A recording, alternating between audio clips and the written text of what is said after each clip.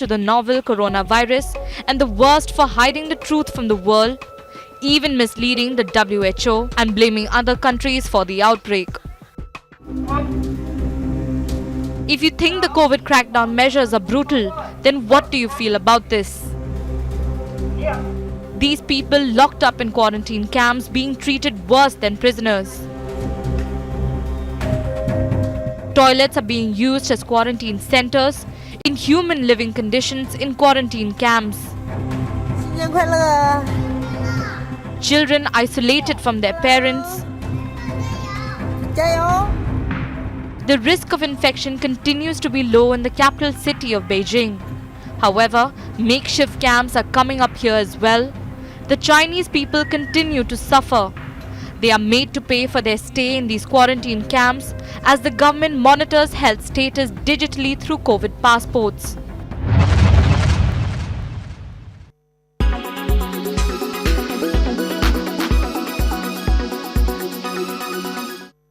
Everyone's busy finding what's trending. You're busy finding out why. India Today for those who research before reacting. Download the India Today app now.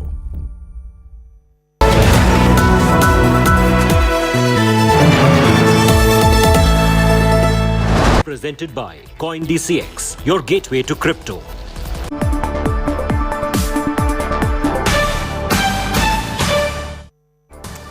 Hello and welcome. You're with us here on Business Today. I'm Abha Bakaya. Here are the day's top stories.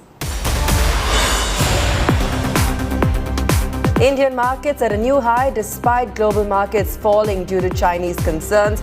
Lower crude prices drive buying in oil stocks. Sensex climbs over 200 points, Nifty up 50 points.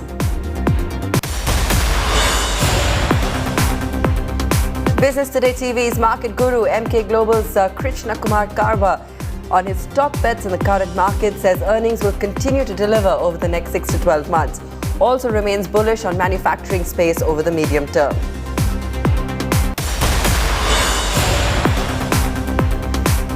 S&P is the latest global agency to lower India's GDP forecast. Says India to grow at 7% this fiscal versus its previous estimate of 7.3%. Good news is domestic demand remains high.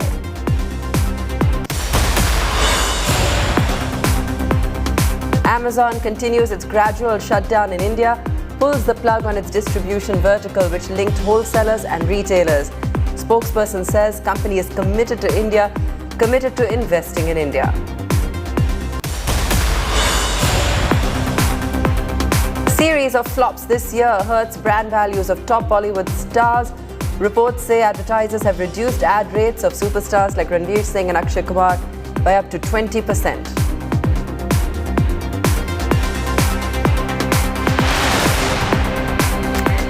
Well, early Christmas on the Lal Street as Nifty and Sensex hit life highs today, aided by gains in oil marketing companies.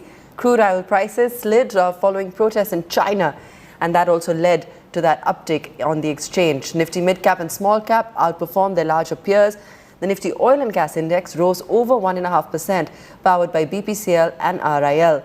Meanwhile, the Nifty Metal Index was the biggest loser today as concerns over China's strict lockdown hurt investor sentiments. While the Sensex was up over 200 points, Nifty was up 50 points at 18,563. The biggest gainers today on the Nifty 50, BPCL, Reliance, Hero Moto, Tata Consumer and SBI Life. On the losing side today, Hindalco, JSW Steel, Tata Steel from the metals pack, Apollo Hospitals and HDFC Bank, some of the other laggards. What do markets at these levels mean for investors? Here's our global business editor, Udayan Mukherjee, with his take. Udayan, yet a record high for the markets and also a great start to the week. It looks like we're in full form now as we head towards the end of the year and, of course, closer to budget. Yeah, there's momentum in the market now, but there's no denying that. I mean, just about a week ago, it was looking like the market was dithering around 18,300, the previous peak, but it just consolidated for a few days and then has taken a shot at the old high, which is not the intermediate high of 18,600. So there is global momentum. There is money coming in from FIIs again. And, you can never say when the momentum will stop. I remain a bit guarded about the market globally and locally because I think from the October lows, this has already been a fairly powerful rally. I think the S&P 500 in the US is up about 13 to 15%. That's a very meaningful rally. The Nasdaq has rallied, and the US and the Indian markets at all-time highs. So, and FIIs who were pulling out money for most part of the year, they have started bringing in quite a few $billion over the last few weeks. Crude has cooled down to below $80, and that's helping our cause. So there seems to be, as you said correctly, some nice cheer going into the towards the end of the year. But I would remain a little guarded, because this has the classic shape of a very powerful pullback rally. And once the new year starts in 2023, it's quite conceivable that some of this halo that we are seeing around the view that the Fed will now not increase rates at the pace at which it was expected to raise earlier, that will start fading as people start focusing on the realities of a very quickly slowing economy and poor earnings quality going into next year. So I think that some of the demons of 2022 have not quite gone away. We are in the throes of powerful momentum and liquidity right now, and one should never question the power of momentum in a market. So this market can extend to 19,000 and even beyond. Wow. It's quite conceivable. It's very difficult to say when it will stop, but I have a feeling that it's not the time to get carried away and to believe that all the problems which surround us have vanished. And I think the start of 2023 could be difficult too. So this is not to say take your profits and run, but just to say don't get carried away, because everything around us is not quite hunky-dory. This is just a very warm and cheery bit of respite going towards the end of what has been a difficult year. With Nifty and Sensex notching new highs, where should you focus your funds? What are the key sectors to track? Earlier today, Udayan and I sat down with Krishna Kumar Karwa of MK Global. Here are his views. All right. Krishna, when it comes to some of the sectoral themes in the market, what are you eyeing right now? Would it be some of those financial names, auto names, consumer discretionary, on the back of perhaps the growth story? What are you looking at and what's exciting you? See, as far as banks and financial services are concerned, I think we have seen a good quarter and credit growth seems to be very, very strong. So that will continue to deliver returns to investors from a next 6 to 12 months perspective. So there's no doubt about that. But from a medium-term perspective, I think the whole manufacturing space, which constitutes almost 55-60% of the market cap, I think there is a lot of opportunity for investors who look to invest from a medium-term perspective. And when I say manufacturing, it includes engineering, it includes industrials, cap goods, it includes your auto ancillaries, and specialty chemicals. Yeah, I think all these companies are seeing a lot of opportunities, not only on the domestic front, but also in terms of the export opportunities which are opening up. And so from a medium-term perspective, this whole segment, within that, yes, you can define the subsectors or the market cap, companies that you would like to invest in. But I believe that a portfolio which is focused on only manufacturing can deliver superior returns in the next 3-4 year perspective than even by investing in IT or IT or financial services. You spoke about manufacturing as a theme earlier. That's been in play for the last 1 year. And the other theme which a lot of people were very optimistic on about 12 months ago was real estate, a new real estate cycle which picks up not just housing stocks, but also all the ancillary stocks which feed the real estate sector. But that story has not quite played out from a stock market perspective, Krishna, in the way it was envisaged. Why do you think that is the case? See, two parts to it. If you look at it as far as all the sectors which support the real estate, which is the building materials and the pipes and those kind of, so those companies have done well over the last 2 years in terms of actual performance and stock price performance. But then some of them got impacted because of volatile raw materials, specifically PVC, if you look at it, and the whole chain over there. So to that extent, there was some impact in the performances of those companies. Now, real estate sector itself, yes, initially there was a good run up, and then now if you see, there has been kind of consolidation and some price correction. I think two things which has happened over there is, one is this whole interest rates having hardened. I think that somewhere it's at the back of the mind of various actual users impacting. There was a pent-up demand also in that segment, and you saw a lot of bookings and a lot of buying, inventory getting cleaned up. But of late, yes, there has been kind of a cautionary tone which has come in terms of new people wanting to buy homes. But I think real estate also you should look at is not look at real estate on a pan India basis. It is more of a regional kind of a market, and you see sub-segments, whether it's Bangalore, whether it's Pune, whether it's the NCR region. Some of these sectors have done continue to do well. Maybe it is not getting reflected in the stock prices. I think somewhere investors have become careful as far as the capital, a market cap of many of these real estate companies are concerned. The fear also is that again you see a lot of projects getting launched across the country. Every market seems to be a lot of new launches. So whether the fear is that 2.5 years down the line, will there be again a case of oversupply? So all things together, I think yes, there has been a consolidation which has happened as far as real estate stocks are concerned, and but the segments which support the real estate sector, I think they should continue to do well. The building materials, etc., the paints, and all those segments. What about some of these oil and gas plays? Today, of course, Reliance was the highlight, but also BPCL, Krishna. I mean, it was up 5% in trade today, clearly also on the back of what we're seeing on crude prices. But what's the outlook there? Yeah, I think that's a segment which has a lot of international, as you said, oil prices moving up and down, and the government policies. Plus, there was some divestment talks which has not gone through. So yes, in the last 1 year, if you look at the public sector units, public sector refining companies, they have corrected by almost 20-25%. And so there could be some positive play coming into because of falling oil prices, and also maybe government rethink on windfall tax, etc. So I think that is something which needs to be looked at. I think generally also somewhere value seems to be becoming more and more attractive.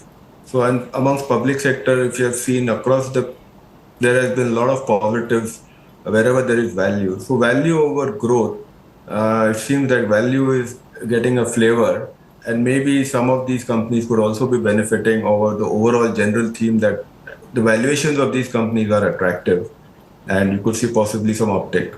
But I think oil marketing companies, you need to be careful. There is always a lot of government interferences based on their agenda of the day. It's odd to see these kind of companies do well with the market at all-time highs, Krishna, if you go by past precedents. I mean, usually when the markets make all-time highs, high growth companies, momentum companies, they actually lead the breakout. But in this market, a lot of the undervalued or value plays are doing well. Large caps are doing better than mid caps and small caps. What's that telling you about the texture of the market? You don't suspect it's a distribution phase, right, which leads to a sharp correction thereafter? Yeah, that's what is keeping everybody on the toes, that are we going through a distribution phase because your broad market is not participating and only the large caps. But and subsequent only later on we'll come to know whether exactly what happened.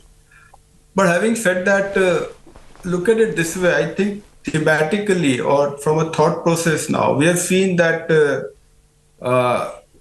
growth, expensive or highly valued companies, they have corrected sharply, and they have in the last 1 year. So versus that, if you look at value, I think value have delivered. Now, whether it has been power utilities also, they have also done well. Whether it was the undervalued defense companies, they have also delivered returns. So somewhere the mindset of investors today is to look at value more than looking at only buying growth at any price, which has worked very well in the last 6-8 years.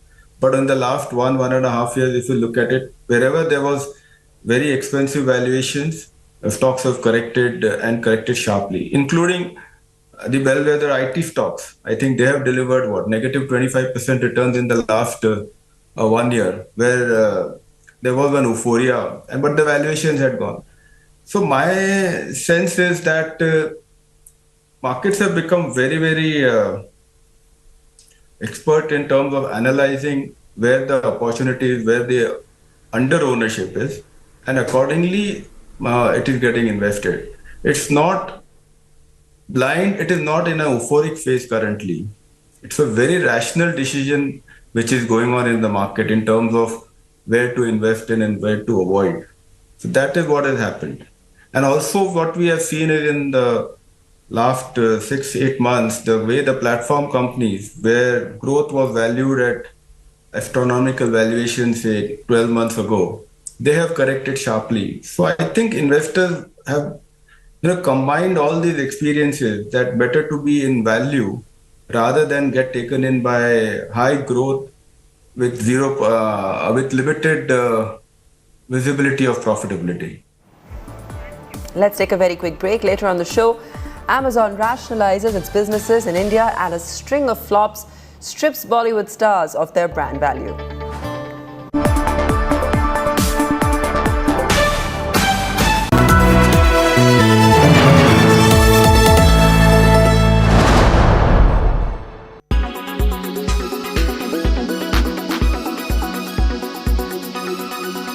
Different colors of Rahul Gandhi seen at Bharat Jodo Yatra. The Congress MP rode a bike during the Yatra as a gesture to animal lovers who were tailing his rally on the same bike with their dog, Marble. He was also seen walking his dog at the Yatra. People from different sections of society, including a differently abled man called Manohar, also joined the foot march. Rahul Gandhi was seen pushing his wheelchair to some distance too. Meanwhile, MP police have registered a case in connection with a purported video pertaining to pro-Pakistani slogans raised during Congress's Bharat Jodo Yatra. Bharat Jodo Yatra led by Rahul Gandhi reached Indore on Sunday on the 5th day of the Madhya Pradesh leg. हम तो भारत को जोड़ने के लिए आए हैं, जुदा करने के लिए नहीं। और भाजपा बस जुदा करने में ही लगी हुई है और इसलिए इस यात्रा की अहमियत अब आधा देश में तो हम देख चुके हैं और अब जो बाकी रहा उसके आगे बढ़ते बढ़ते ये भीड़ भी बढ़ती जाएगी और जो हमारा संदेश है वो भी फैलेगा।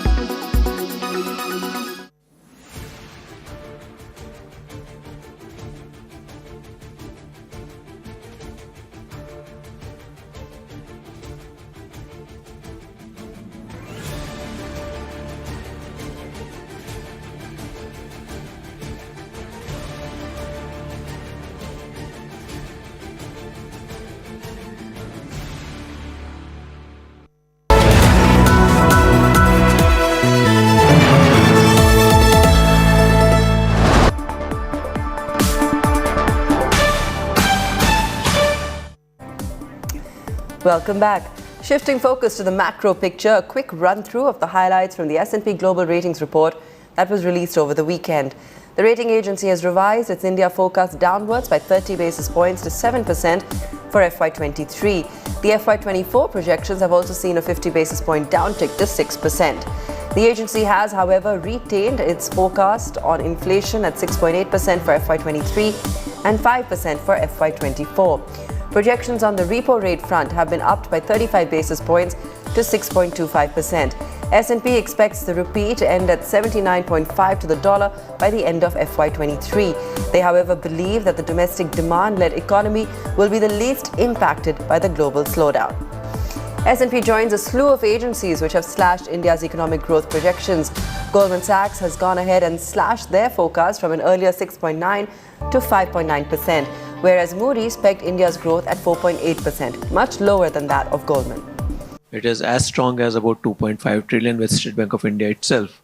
And also, let me share with you, last year we had seen almost about the proposals, in fact, the fresh investment coming in about 20 trillion. This year it is already about 12 trillion.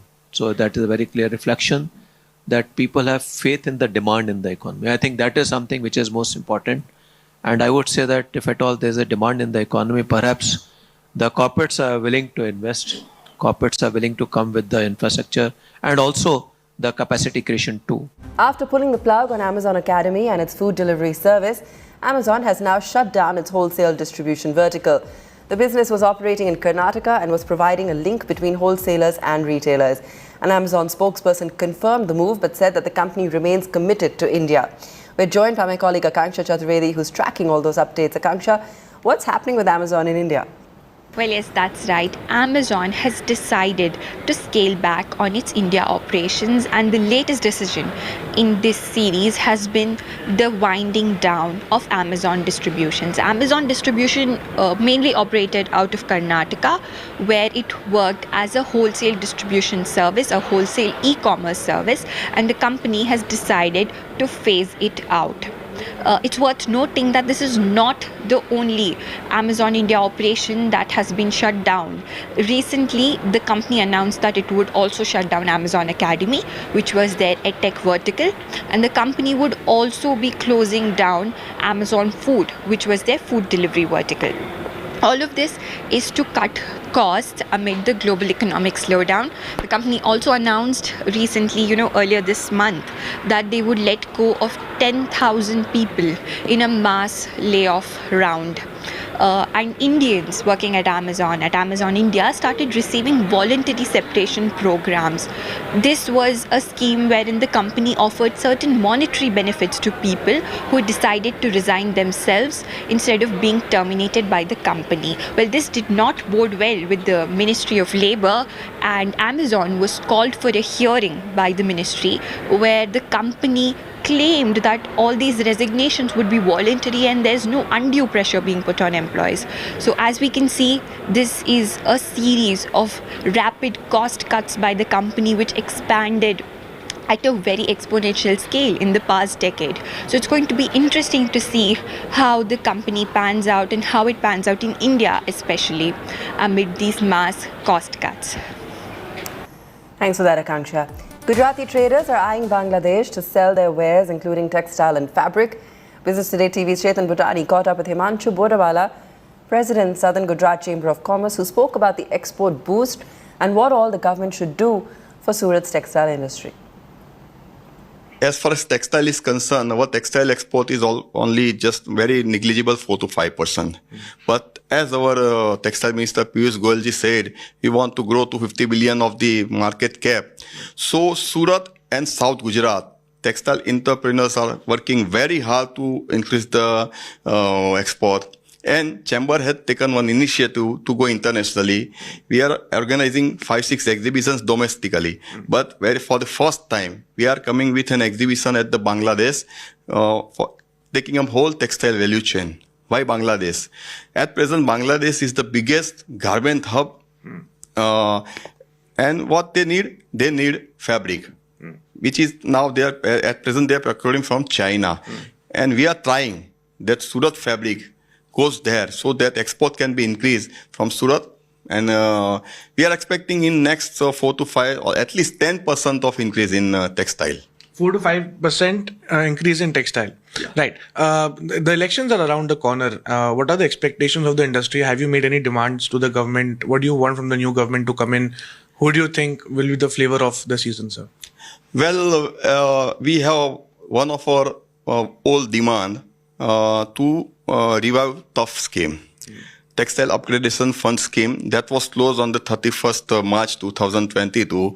We are continuously demanding from the government to once again reopen that, and if they want to come, they can come with a very good new scheme also. But at present, our demand is to reopen this or relaunch this tough with the retrospective effect from 1st April 2022. Right. Any taxation or GST related issues if is the industry facing? Because I remember that sales were really down some time back during Diwali season for some of the manufacturers in Surat, especially in textiles. Do you think that this was because of the inventory issues that were probably there 2 years back? No. Sales were down because the production of Surat has increased very much in last 2-3 years. Okay. So now export is the only solution. It is not because of GST, we can say. But yes, we have one demand for GST. We have inverted duty structure in GST. And we urge the Honorable Prime Minister, FM Madam, and all the dignitaries to please retain this chain or channel so that after post-COVID and after post-GST, now textile is reviving. Let's give at least 1 year in the same structure so that we can increase our production, we can increase our export and domestic. Right. The union budget is also coming up. And what do you think about the budget? What should the government focus on for your sectors? I think government should focus major on exports. To increase exports. Incentives should be given on export. If export is increased, then I can assure you the production of Surat will be doubled in coming next 5 years. 2022 has been the worst year for Bollywood. A year when most of the Hindi film releases out of Mumbai were rejected outright by viewers. A year when star power stopped mattering to the audience. For the big stars of Bollywood, it's been a double whammy. Not only have their multi-crore compensation packages shrunk, the fees they earn from ads has also fallen.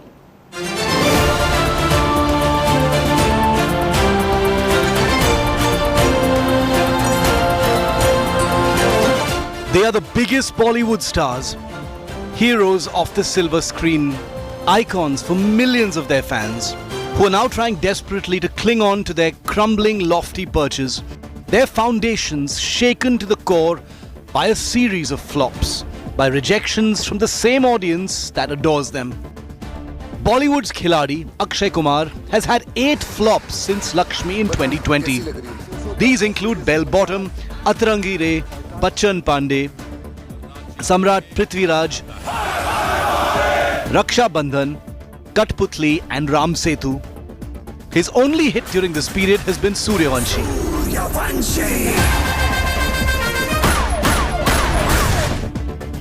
Another superstar, Ranveer Singh, has not had a hit since his Gully Boy act in 2019. Both 83, released in 2021, and Jayesh Bhai Zordar from earlier this year bombed at the box office. The two, incidentally, were the highest placed Bollywood stars in the Duff & Phelps Celebrity Brand Evaluation Study of 2021, just below ace cricketer Virat Kohli. In fact, 8 of the top 10 names were from Bollywood, accounting for more than $620 million in brand endorsement value. Ranveer Singh, who endorses 41 brands such as Ching's, Bingo, Nivea and Colgate, reportedly charges between 3.4 crore and 4 crore rupees per ad. His brand value was pegged at $158 million last year. Akshay Kumar, who's known to charge up to 3 crore per day for an ad shoot, endorses at least 30 brands such as Honda, Nirma, Policy Bazaar, Livguard, Energy, Harpic, Suthol, Dollar, Tata Motors and PC Jewelers, among others. His brand value, $140 million. According to reports, both actors have seen their brand value cool by 10 to 20% this year. This extends to other Bollywood actors as well, who failed to set the box office on fire this year. Advertisers, meanwhile, have other faces to fall back on. Faces made popular by massively successful shows on OTT platforms, like Pankaj Tripathi, Vikrant Massey, Radhika Apte, Nawazuddin Siddiqui and Jitendra Kumar. These highly talented actors charge a fraction of their 70mm counterparts. Meanwhile, even the deep-pocketed producers are having a relook at their mega-budget films. Film stars have traditionally been paid a fixed amount, along with anywhere up to 60% of profits of a film. Producers are now looking at a revenue-linked model of payments for actors to ensure the stars have an equal stake in the success and failure of the film that they star in. Bureau Report, Business Today Television. That's where we leave it on the show tonight. Thanks so much for watching.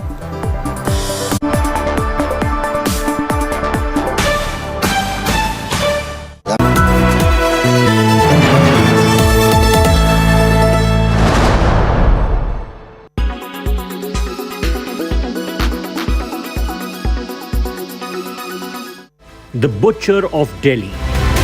Man behind most gruesome crime India has seen. The Shraddha murder accused is now an inmate of Delhi's Tihar jail.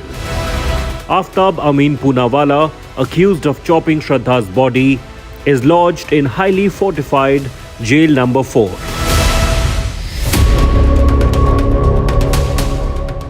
Secured in a separate cell, in solitary confinement, given the grievous charges against him.